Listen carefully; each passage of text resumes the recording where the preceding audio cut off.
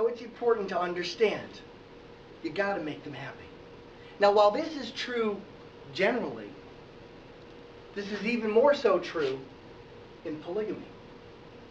Now, when you say the word polygamy, people often misunderstand and think, oh, well, that's all something women would never choose because that's hard on them. And that's something that, oh, guys would be glad to choose because it's somehow easy for them. But the reality is the opposite. It ain't easy for the guys. And there are women that would choose it. A woman who might want to be a stay-at-home mom and another woman who might want to be a career woman might make a choice like that.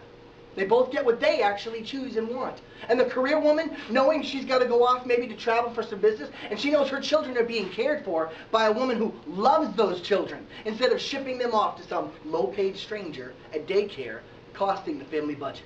Or perhaps a woman who is unable, unfortunately, to have children, might want her husband's DNA to be able to be reproduced. Well, then there's other ways that women might choose it. They may want the benefits of maybe trading off chores and the sisterhood bond that women just naturally have with each other.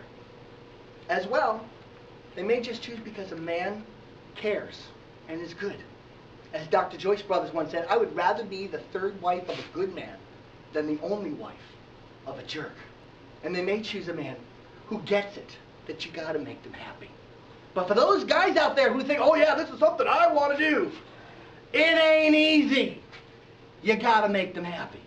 I want to share a personal story and give you some understanding that for those who might think that something women would never want to choose and that it's easy for the guys, I'm here to show you and tell you, it ain't easy.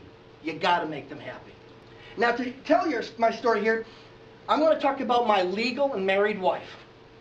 And I'm going to use an example of just one woman. Just for the simplicity of our story, I'm just going to talk about one particular woman. And it's important to understand that today's laws are so tyrannical that a married man with the full consent of his legally married wife, it is actually a crime for him to refer to any other woman with the Free Speech Act of the one word wife. That's a crime today. So because of that, and I don't want to break laws, I will be referring to this woman in this story as girlfriend. Not to any diminishment, but because of the issue of law and the tyranny of it. So to tell that story, that's what I will be doing. Now, my first legal married wife is a wonderful, wonderful woman. She is such a value adder. In our family, she's the doctor. And she knows all and takes in research and looks into all the different medicines and makes sure that everybody's taken care of. She's just wonderful. She's the super searcher, and she is just such a wonderful, wonderful value adder to the family. And I learned early in my marriage to make her happy. Now, I found, for example, we used to go camping up north. And up north there was also, in the vicinity, there was a candle manufacturer. Now, my wife loves candles. I mean, loves candles.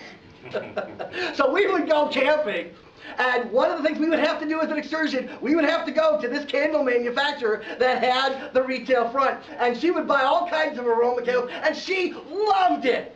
And life was good for weeks. She was happy. Now, unfortunately, that manufacturer closed down. But I learned the principle of that. Gotta make her happy. Gotta make them happy. Well, a few years later, another woman came involved in our family. And she was a wonderful woman, and she was also a value adder. Another unique, complete individual. She brought added value as time management. It was great in keeping us focused and task-oriented and things, and brought that special, unique value to the family as well. And she was a wonderful godsend. And my wife loves to cook, but boy does she hate laundry. But this woman loved doing laundry and hated cooking. What a relief. This ended up a blessing of specialization. Now one could just cook and not ever have to worry about laundry again. And one could do laundry and not ever have to worry about the pressure of cooking. And it was a serendipity for both. And it was a wonderful situation for the family. And actually relieved the burdens. That they didn't have to do things they didn't like and got to do what they loved.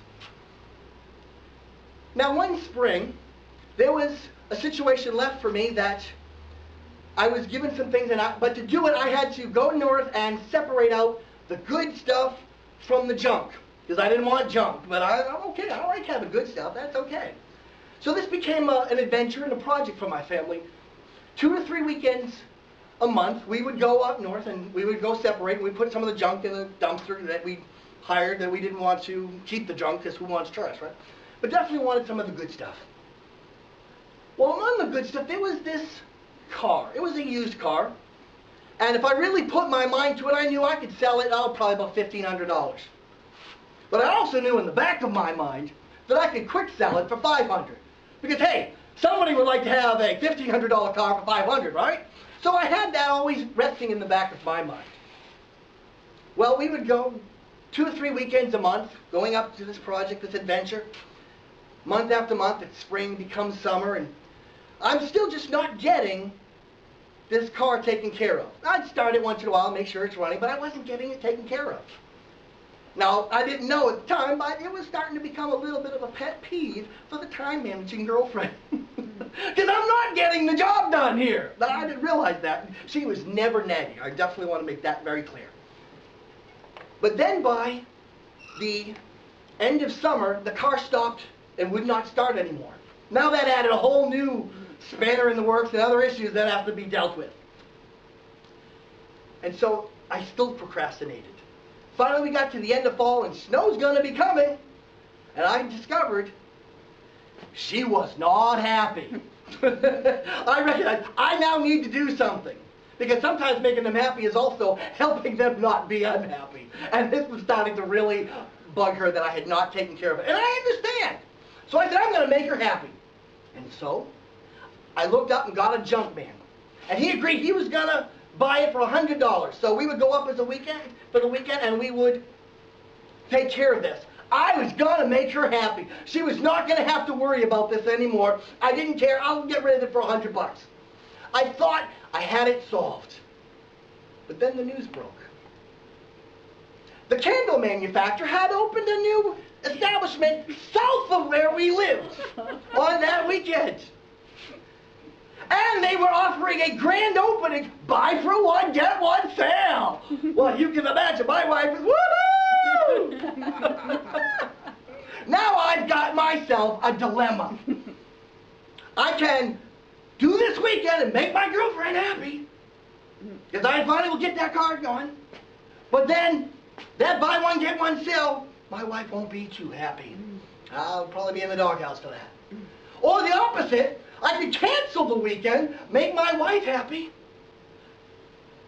and now I've still got and made the girlfriend unhappy. So now I have to solve this. Now this is not the kind of crisis a non-polygamous man is ever going to face.